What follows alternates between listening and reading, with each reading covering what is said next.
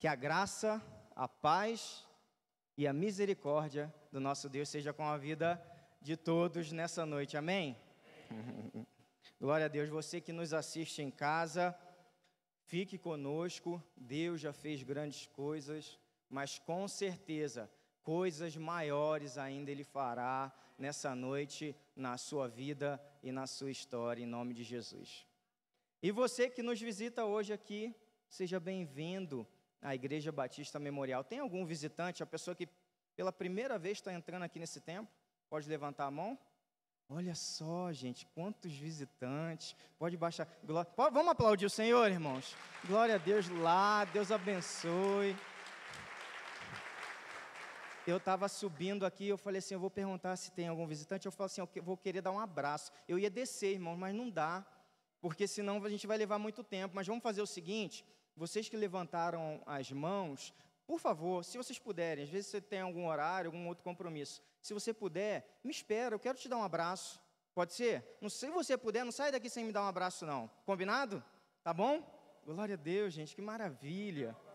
Ah, isso é... Você eu abraço todo dia, você eu te amo, amo a todos, glória a Deus. Amor, não fica com ciúme não, tá? A Raquel olhou assim para mim, fica com ciúme não, tá, amor? O meu amor por você é maior do que tudo, só ama a Deus mais do que você. Aí, gente, chega em casa e ela fala assim, amor, para de fazer piada sem graça. Eu já falei isso para vocês, né? Glória a Deus. Queridos, abra o Evangelho, palavra do Senhor no Evangelho de Marcos, capítulo 4, a partir do verso de número 35. A gente vai ler do 35 até o final. Marcos 4, verso 35. A palavra do Senhor ela é poderosa, irmãos, para nos transformar, nos edificar, nos fortalecer.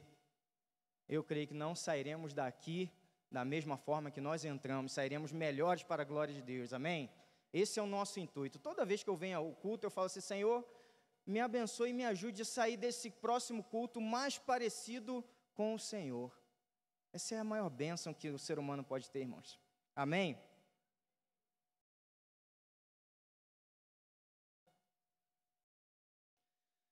O texto sagrado vai dizer assim, naquele dia, sendo já tarde, disse-lhe Jesus, passemos para outra margem. Vou repetir. Passemos para outra margem. E eles, despedindo a multidão, o levaram assim como estava no barco, e os outros barcos o seguiam. Ora, levantou-se grande temporal de vento, e as ondas se arremessavam contra o barco, de modo que o mesmo já estava a encher-se de água, e Jesus estava na popa, dormindo sobre o travesseiro. E eles o despertaram e lhe disseram, mestre, não te importa que pereçamos? E ele, despertando, repreendeu o vento e disse ao mar, acalma-te, emudece. O vento se aquietou e fez-se grande bonança. Então lhes disse, por que sois assim, tímidos? Como é que não tendes fé? E eles, possuídos de grande temor, diziam uns aos outros, quem é este, a quem até o vento e o mar lhe obedecem? Palavra dessa noite, queridos, é uma palavra simples. O tema da minha mensagem é, Jesus está no barco. Amém? Está no barco. É simples, irmão, mas é poderoso porque é a palavra do Senhor. Amém? Vamos orar mais uma vez. Pai, eu te agradeço, Senhor. Te agradeço, Pai, por estarmos aqui na Tua casa. E esse, ó Pai amado, é o momento da Tua palavra, Pai. E eu sei, ó Deus, que tem pessoas que entraram aqui, ó Pai amado, desanimadas, cansadas, sem esperança. Mas é a Tua palavra, Senhor, que vai ser anunciada. Não é a voz humana, ninguém saiu aqui para ver homem falar. Pai, o Teu povo quer ouvir a Tua voz. E toda vez que a Tua palavra, ó Deus, é anunciada, ela gera transformação, ela gera mudança, ela gera metanoia, ó Pai amado, ela muda a nossa mente, ela muda a forma que a gente enxerga o mundo, as pessoas, o Senhor, ela nos dá, ó Pai amado, convicção de chamado, de propósito e de quem o Senhor é, ó Deus, em nome de Jesus. E nós te agradecemos e pedimos, muda a nossa mente, e que também, ó Pai amado, essa palavra possa cair, ó Deus, como semente boa no nosso coração nessa noite, e que o nosso coração seja um solo fértil para receber a Tua voz, para receber a Tua semente. Essa é a minha oração, em nome de Jesus. Amém e amém. Queridos, toda vez que eu vejo essas situações assim de perigo no mar, né, de barco e tudo mais, eu lembro do Titanic, né? E ao redor do Titanic várias histórias, né, foram sendo contadas e certa vez eu ouvi uma história, eu não sei se é verdade, que um homem ele anunciou para as pessoas, olha, esse navio ele vai afundar. E aí não deram atenção ao que aquele homem falou, todos ficaram quietos, e aquele homem insistiu pela segunda vez, e ele disse, esse navio ele vai afundar. E aí continuaram dando de ombros para aquele homem, fingindo que ele não existisse. E pela terceira vez aquele homem insistiu, esse navio vai afundar. E aí um cara se levantou e falou assim, gente, pelo amor de Deus, tira esse cara chato de dentro do cinema para a gente ver o filme tranquilo. Não sei se é verdade, irmão, mas aconteceu essa história. Amor, mais uma para... Já ouviram essa, irmãos? Tem nada a ver com a mensagem, cara. O que faz o pregador fazer um negócio desse? Só o texto fala do barco e ele emenda no Titanic e solta essa piada sem graça. Você vê como é que são as coisas? Agora vamos falar sério, irmãos. Quando a gente fala das tempestades, irmãos, e antes da gente falar de Jesus no barco, eu queria comunicar a vocês 4 coisas que a gente precisa ter na nossa mente, no nosso coração, a respeito das tempestades. E a primeira delas é que as tempestades são inevitáveis. Eu sei que ninguém vai dizer um amém, né? Mas é uma verdade. Elas chegam, irmãos, e chegam para todos. Chegam para quem mora no palácio, chegam para quem mora numa casinha de sapê, chegam para os cultos, chegam para os iletrados. As tempestades, a gente pode dizer que elas são democráticas. Então, independente de cor da pele, de etnia, de condição social, de condição financeira, independente da cultura e do tempo em que se vive, elas chegarão. Não há como a gente se blindar, não há como a gente criar ao redor de nós uma redoma, não há como a gente tentar refúgio no metaverso. Nós vamos ter que enfrentá-las. A questão não é se a tempestade vai bater a nossa porta. A questão é quando ela vai bater a nossa porta. E esse quando dá também para nós uma ideia de que elas são o quê? Imprevisíveis. É a segunda verdade. Primeiro, elas são inevitáveis. E segundo, elas são imprevisíveis. Ou seja, as tempestades chegam sem dar aviso prévio. É aquela pessoa que acorda, pega a sua moto e vai para o trabalho, e ela, antes de chegar no trabalho, ela sofre um acidente. E vai para o hospital e fica entre a vida e a morte. É a pessoa que, de repente, ela recebe uma ligação e falam para ela assim, olha, aquela pessoa que você muito amava, ela morreu. É a pessoa que vai ao médico para fazer aquele check-up de rotina e está achando que está tudo bem, e quando chega lá no médico, ela descobre que já tem um câncer no estágio avançado. É assim, irmãos. É um luto doloroso, é uma perda financeira significativa, é uma doença inesperada que chega colocando a nossa vida de ponta a cabeça. E diante dessas coisas, irmãos, a gente precisa perceber e reconhecer que só há verdadeira segurança no Senhor. Só nele, irmãos. Nada e nem ninguém vai te dar segurança plena e verdadeira a não ser o Senhor. Por isso que o salmista vai dizer lá no Salmo 4, em paz me deito e logo adormeço, porque só tu, Senhor, me fazes viver em segurança. É só o Senhor, querido, que vai fazer você e sua família viver em segurança. Por isso que Jesus vai falar daquele homem, lá em Lucas capítulo 12, aquele homem que acumulou riqueza para si, acumulou, ele falou assim, agora eu estou de boa, eu posso me alegrar, eu posso comer, eu posso festejar, eu posso descansar, eu posso fazer o que eu quiser, só que ele não entende que o futuro é algo imprevisível, e naquele mesmo dia ele ia dar conta da sua vida. Tiago também no capítulo 4, ele vai na mesma pegada, ele fala assim, olha, vocês ficam falando aí que hoje ou amanhã nós vamos para esta ou aquela cidade, vamos passar ali um ano, vamos fazer negócios, vamos ganhar dinheiro, vocês não sabem o que vai acontecer amanhã? E aí o apóstolo continua dizendo, a vida humana, ela é como uma neblina, ela vem, logo que o sol aparece, ela se dissipa. E ele conclui dizendo, se o Senhor quiser, viveremos e faremos isto ou aquilo. Irmãos, isso é doutrina da palavra. Sabe que doutrina é essa? É a doutrina da soberania de Deus. Deus é soberano, sobre tudo e sobre todos. Só que as pessoas acham que são donas do amanhã. E aí é por isso, irmãos, que muita gente não dá atenção aos filhos. Porque acha que vai ter os filhos ao lado para sempre. Por isso que tem muito crente vivendo deliberadamente no pecado. E quando eu digo pecado, você sabe o que é pecado, porque você conhece a palavra e tem o Espírito Santo dentro de você, então você sabe do que eu estou falando. Mas você sempre acha que vai ter um amanhã, que vai ter um novo tempo para você se arrepender.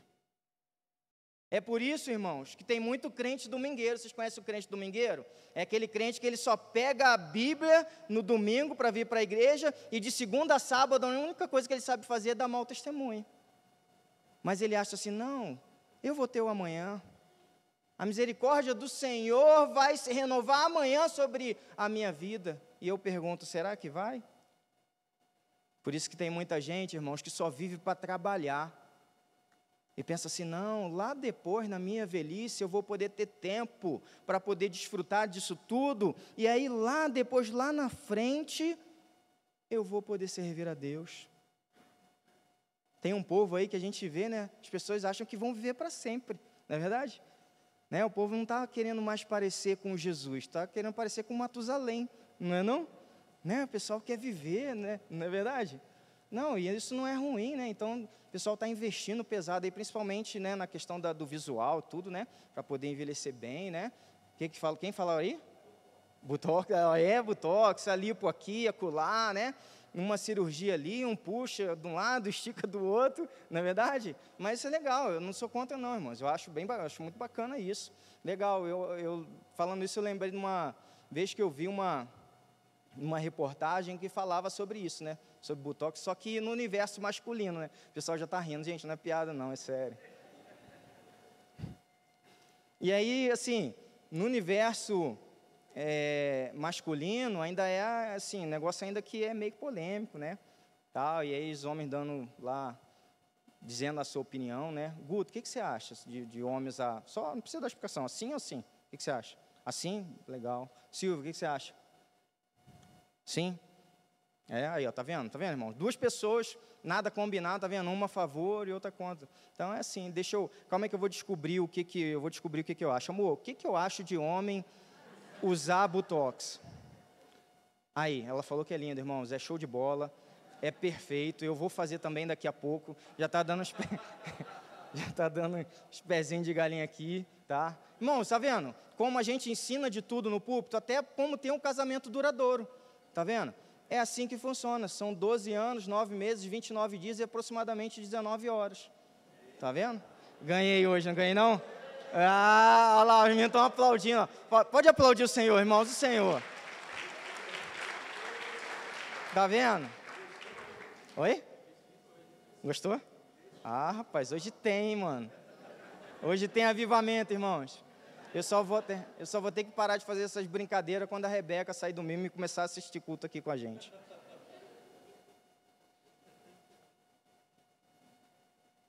Ai, ai. Onde que eu estava mesmo? No Botox não, nas tempestades. Tá, a terceira coisa, irmãos, as tempestades, elas são também ingerenciáveis, muitas vezes. As coisas, elas fogem do nosso controle em alguns momentos, muitas vezes a gente quer conduzir o nosso barco para a direita, só que a fúria do mar, sabe, aquele mar do mal tenta jogar o nosso barco para a esquerda, vocês entenderam a piada? Mais ou menos assim, brincadeira, você pensa que está avançando, mas você está dando ré, as coisas não estão acontecendo direito, então é aquela dívida que você, assim, dá aquela descuidada e, de repente, ela vira uma bola de neve, aquele filho que você cria, sabe, com tanto carinho, com tanto zelo, você investe no menino, mas daqui a pouco ele começa a ter mais companhias, amizades, e aí entra pelo universo das drogas, e aí é todo aquele sofrimento. Bom, irmãos, as tempestades, como algo ingerenciável na nossa vida, elas vêm para mostrar que a gente não é tão bom assim em administrar as coisas como a gente pensa que é. Então, elas vêm para que a gente possa se render ao Senhor e dizer assim: Deus, eu pensei que sabia, mas eu não sei. Amém, queridos? E por último, as tempestades, elas são pedagógicas, né? Tem o seu lado bom. Tudo que chega na sua vida, irmãos, tudo que acontece, pode estar fora do seu controle, mas nunca estará fora do controle do Senhor, amém? Nunca. Deus, irmãos, Ele usa todas as circunstâncias para realizar o bem ao seu favor. Deus tem um plano, irmãos, em cima de tudo. Então, as tempestades, elas não são para te destruir. As tempestades, elas não vêm para te levar ao naufrágio. Elas vêm para te conduzir a uma experiência mais profunda com o Senhor, irmãos. E Deus se utiliza delas para isso. Deus permite certas coisas porque Ele quer nos ensinar lições profundas e preciosas que de outra maneira a gente não aprenderia. É isso que o Senhor quer fazer. E quando eu olho para esse texto de Marcos, eu vejo Jesus, depois de um dia cansativo de ministério, Jesus passou o dia todo ensinando as parábolas do reino. E você que está aqui, você que é professor, você sabe como é cansativo aquele dia que você tem que pegar 3 turnos, não é verdade? Da aula de manhã, de tarde e à noite. Jesus estava assim, cansado fisicamente. E ele entra no barco, irmãos, e ele diz: vamos para o outro lado. E essa frase é muito importante para a gente. Vamos para o outro lado. E a travessia, ela começa, e eles começam a navegar ali no mar da Galileia, e vocês sabem que o Evangelho de Lucas vai dizer que ali é o lago de Genezaré. Na realidade, os irmãos têm conhecimento que não é um mar, né? É um lago, ali, aquele lago ali é um lago aproximadamente de 14 por 21 quilômetros, e é o maior reservatório de água doce ali do Oriente Médio. Quem sabe um dia eu vou para lá, né? Deus abençoe, né? Falar que nem Tiago. Se Deus quiser, não é verdade? Então, na realidade, eles estavam atravessando ali o lago e, de repente, começa a tempestade a se formar, irmãos. E eu creio que, no início ali, os discípulos não chamaram logo Jesus. Porque tem aquela questão principalmente o homem tem muito isso, né? Eu dou conta, né? Eu sei fazer, né? Eu conheço esse lago aqui, né? Eu tenho experiência, eu sei resolver tudo isso, só que as coisas começam a tomar proporções maiores, começa a dar ruim, a tempestade vai aumentando, o vento vai aumentando, vai ficando mais forte, a água vai começando a encher o barco, eles passam a não ter mais o controle das coisas. Lembra que eu falei? Algumas vezes as situações se tornam ingerenciáveis, e assim estava acontecendo com eles. Daí vem a primeira pergunta, esse texto que a gente leu tem 3 perguntas. E daí vem a primeira pergunta: Mestre, não se importa que pereçamos? Irmãos, essa pergunta, essa é a minha pergunta, tá?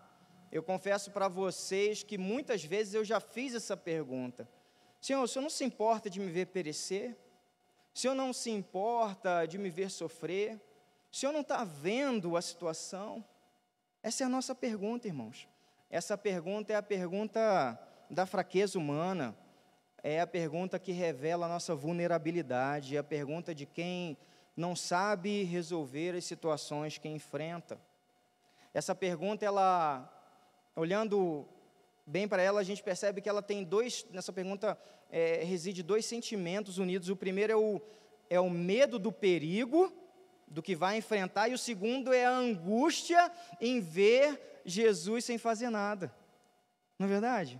Então, é um misto de sentimento ali que toma os discípulos, né? E isso também acontece na nossa vida. E isso acontece, irmãos, porque a gente tem a dificuldade de conciliar a vontade de Deus com as circunstâncias. Difícil a gente conseguir, né, conciliar essas duas coisas. Eu vou explicar. Existem tempestades na nossa vida que nós causamos. Amém? Vou dar o exemplo, tá, Hanson, não fique chateado, do Jonas, né? Na verdade, um dia a gente estava conversando com o Hanson e com a Rose, né? Tudo de mal é o Jonas, né? Mas aquela tempestade foi ele que causou, né? Jonas representa aquele cara que sabe a vontade de Deus, né? Ele já ouviu a voz do Senhor, só que ele decide ir para outro rumo, mesmo sabendo que vai dar ruim. Outro exemplo disso é Ló.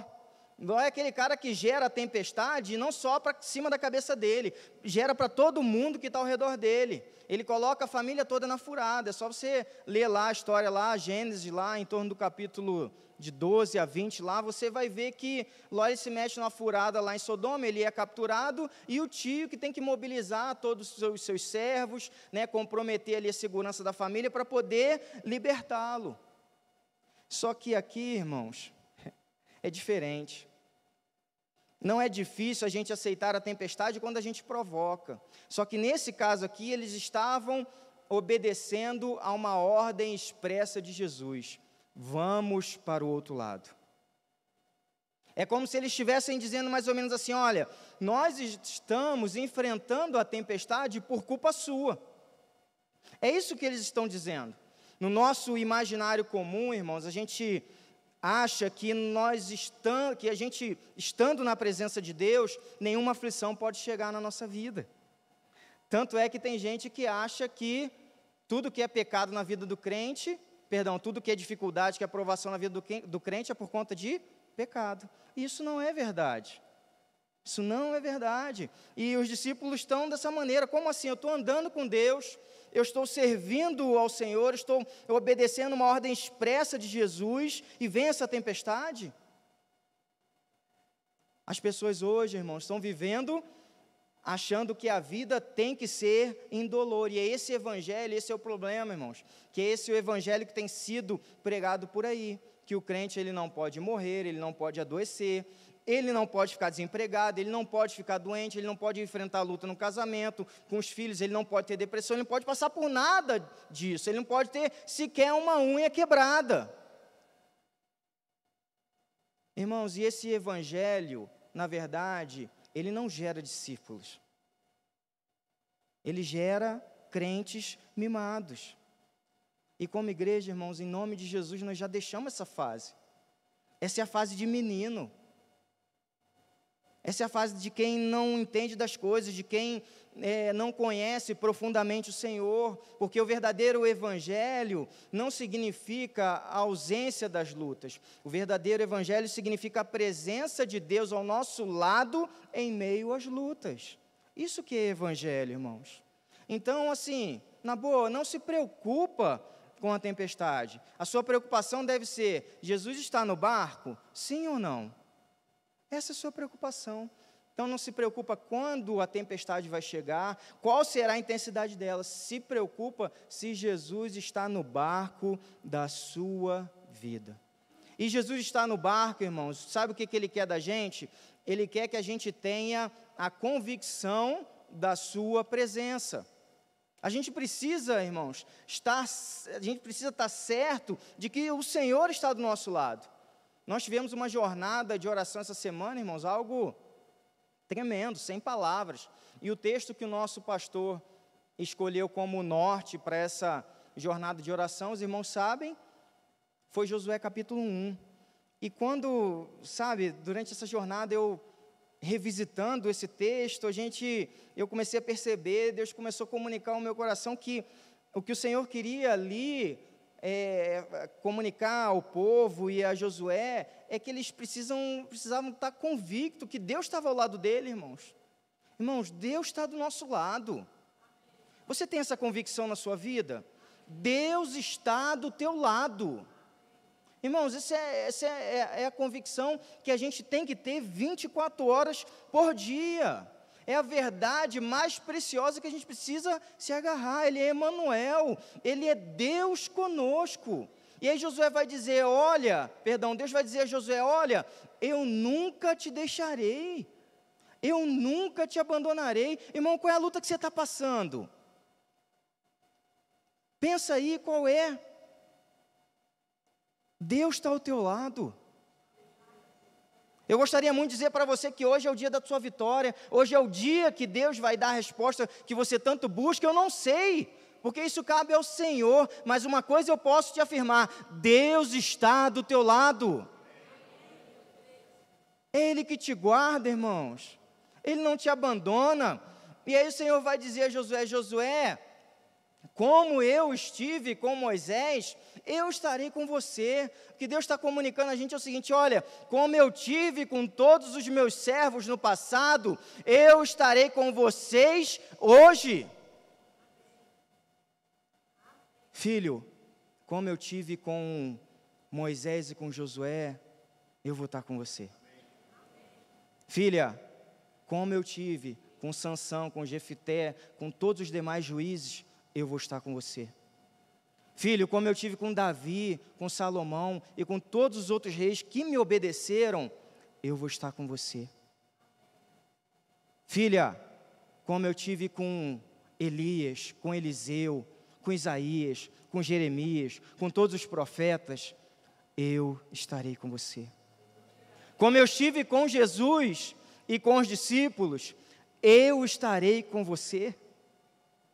Como eu estive com a igreja no decorrer desses 2000 anos, eu estarei com você, Igreja Batista Memorial. O Senhor está conosco, irmãos. A gente não precisa temer a tempestade. O homem pode até te abandonar, te largar, te deixar de lado, mas Deus nunca vai fazer isso. Sabe por quê? Porque Ele é fiel, irmãos, e nós depositamos confiança no caráter dEle. Ele é fiel, e Ele é o mesmo ontem, hoje e será eternamente. Essa convicção que tem que nos tomar, essa convicção que Paulo e Davi tinham. Paulo falou assim: olha, eu sei em quem eu tenho crido, eu sei que Ele é poderoso para guardar o meu depósito, para guardar aquilo que eu lhe confiei até aquele grande dia. Davi no Salmo 23 vai dizer: certamente bondade e misericórdia me seguirão todos os dias, irmãos, todos os dias. As tempestades, elas podem ser maior que a nossa capacidade de resolver as coisas, que os nossos recursos, até mesmo, talvez maior que nós mesmos, mas elas nunca serão maior que o Deus ao qual a gente serve. Amém? Então, queridos, o Senhor, Ele continuando no texto, Ele acalma a tempestade e pergunta: por que sois assim?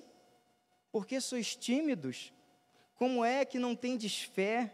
Irmãos, é pela fé que nós vamos vencer as tempestades. É pela fé que nós poderemos experimentar milagres na nossa vida. Escuta o que eu vou dizer agora e a palavra me dá respaldo para isso. A fé, ela é o fio condutor que atrai a graça e o poder de Deus para a nossa vida. Sem fé não vem a graça. Sem fé não vem o poder de Deus. E é isso que Paulo está dizendo lá naquele texto que a gente conhece muito bem, Efésios capítulo 2, porque vocês são salvos pela graça, mediante é pela fé, irmãos. É a fé que atrai o poder de Deus. É a fé que atrai o favor de Deus. É a fé. E então a tempestade, ela não vem para te destruir. ela vem para que o teu coração possa se encher de fé e você acreditar que existe um Deus na tua vida que é maior do que toda e qualquer tempestade. É para isso. E, irmãos, é doloroso estar no barco sendo saculejado, não é mesmo? É doloroso, mas a nossa fé, queridos, depois de provada, ela nos traz maturidade.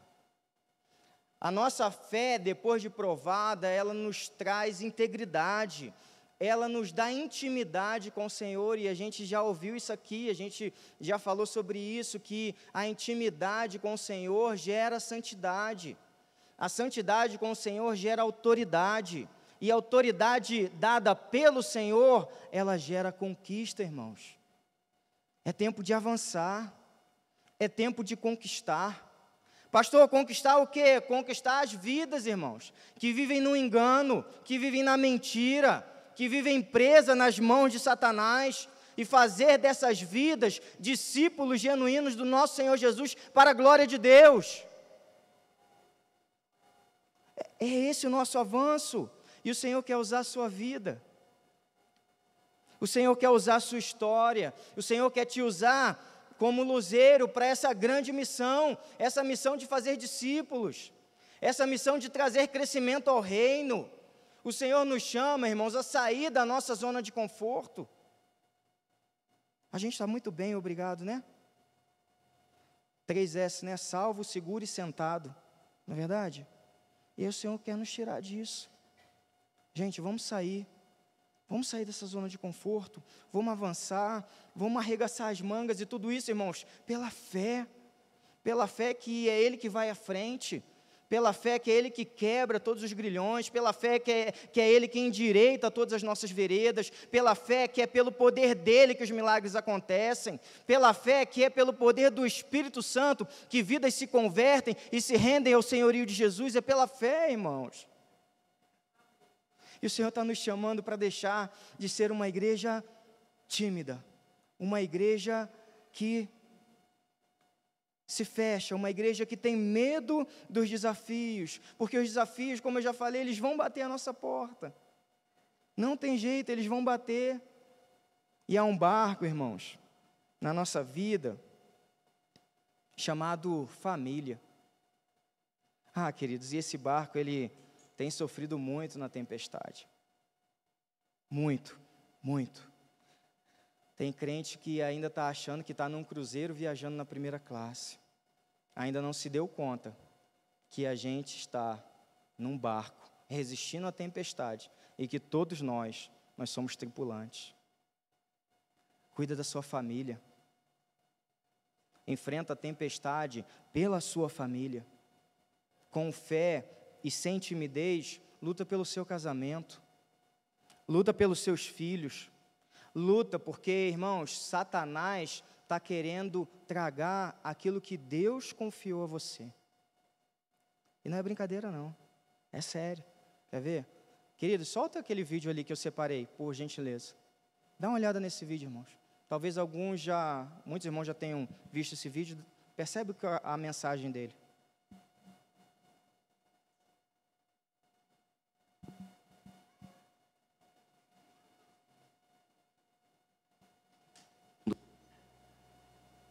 Tereis dores, vamos regar com lágrimas e vamos pagar o preço, porque um dia seremos felizes na glória. Não, amor. Me interessa essa vida aqui. Sacou? Eu não quero um discurso que me esvazie da vida. Sacou? Menos eu, que eu diminua para que tu cresça. Deus maravilhoso, amo, vive em mim, universo, que nome você quiser dar, respeito muito. Isso deveria ser crime, porque é homofobia. Exato. Entende? E daí, sim, tu acha... Estou falando para tirar esse povo lá de dentro, porque eu não quero que tu sente num lugar para ouvir que tu é um erro. Ah, isso aí é muito subversivo, esse conteúdo que tu tá fazendo, porque tu quer tirar essa juventude da igreja. Sim. Quero. Porque não é lá que eles têm que estar. É que não me parece muito que Deus concordaria com as religiões. É né? óbvio! A coisa que mais não. anticristo do mundo é o cristianismo.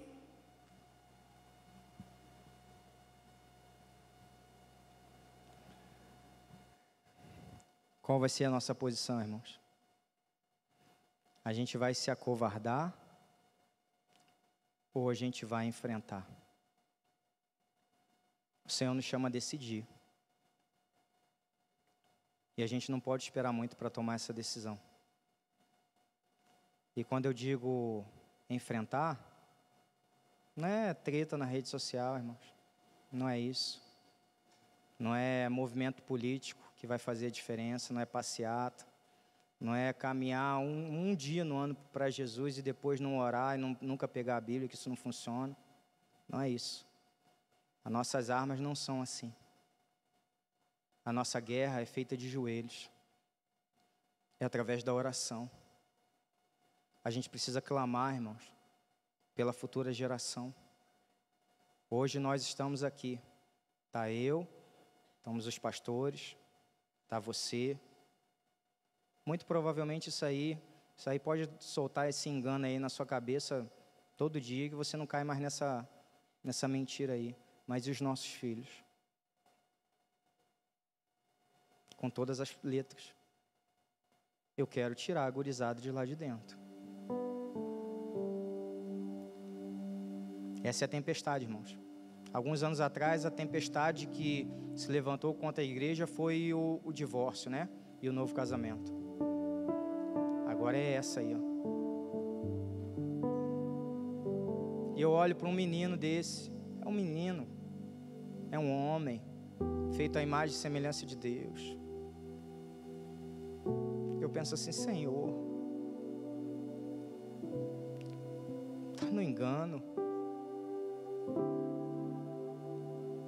Nada mais é do que um fantoche nas mãos de Satanás, irmãos. E se a gente não cuidar das nossas crianças, dos nossos filhos, a gente vai perdê-los. A gente não pode deixar a nossa geração, a geração que vem após a gente, a própria sorte. O Senhor nos confiou, irmãos. E a gente vai prestar conta. Eu não sei ainda o que vai ser necessário eu, como pai, fazer pelo meu filho. Mas eu já orei a Deus, eu faço qualquer coisa. Qualquer coisa.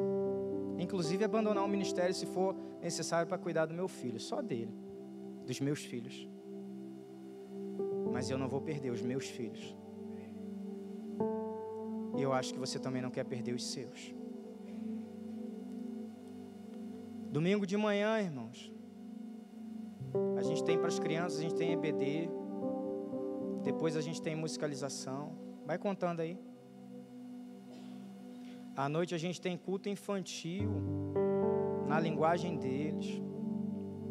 Durante a semana a gente tem PGM nas casas, a gente tem PGM de adolescente na sexta-feira, a gente tem embaixadores e mensageiras aqui na igreja toda quarta-feira. Isso são as programações regulares que funcionam, fora os recessos de meio de ano, de final de ano, fora isso é full time, fora as programações extras, irmãos. Não deixa de trazer seu filho, não deixa de discipular o seu filho. Nenhum pai aqui dentro, nenhuma mãe quer que esse tipo de tempestade se levante na sua casa. E a gente como igreja vai estar intercedendo.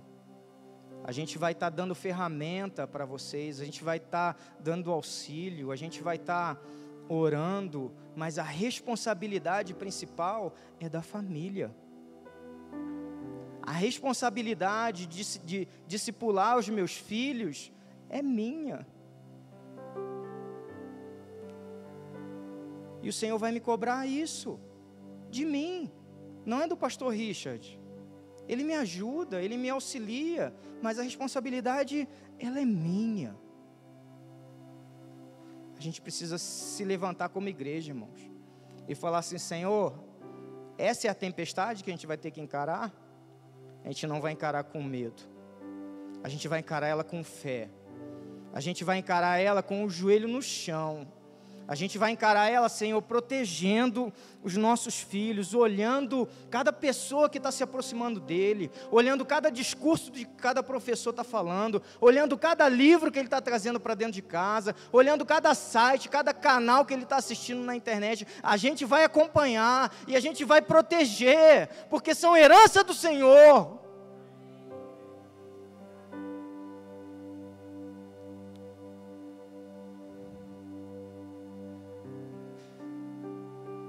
Mas parece que na palavra eu só falei de tragédia, né, irmãos? Mas há uma boa notícia. O Evangelho é isso, é boa notícia. Há uma boa notícia, e essa palavra, essa boa notícia sempre vem do Senhor. Ele disse, vamos para o outro lado.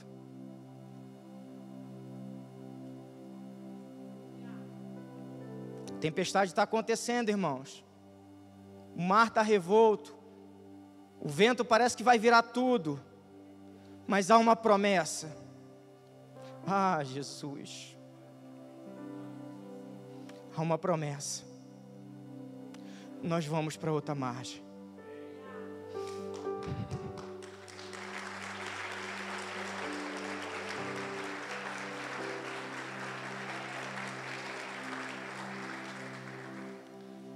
E se Deus falou, irmãos, nós vamos para outra margem, nós vamos para outra margem, nós vamos, porque você quer saber de uma coisa?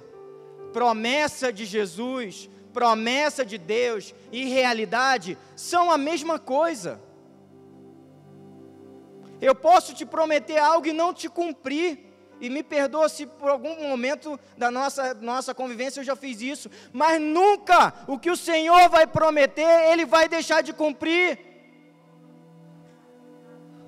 porque Ele zela pela palavra dEle, Ele é fiel em cumprir cada palavra que Ele libera da sua boca. A palavra do Senhor não volta vazia, irmãos. E Ele está dizendo para a igreja, vocês vão para o outro lado. E não importa, irmãos, a tempestade do inferno que levantar contra a tua casa, há uma palavra do Senhor sobre a tua vida, você vai para o outro lado. E é nessa palavra que a gente descansa, irmãos. É nessa palavra que a gente encontra refúgio. É nessa palavra que a gente descansa a nossa alma. É nessa palavra, em cima dessa palavra que a gente entrega e a gente deposita diante do Senhor tudo que a gente tem e tudo que a gente é. Eu queria que nesse momento você se colocasse em pé, que você louvasse ao Senhor pelas promessas que Ele já fez a você. Que você abrisse os seus lábios e louvasse ao Senhor, dizendo, Senhor, o Senhor é fiel. Senhor, a sua promessa, ela vai se cumprir.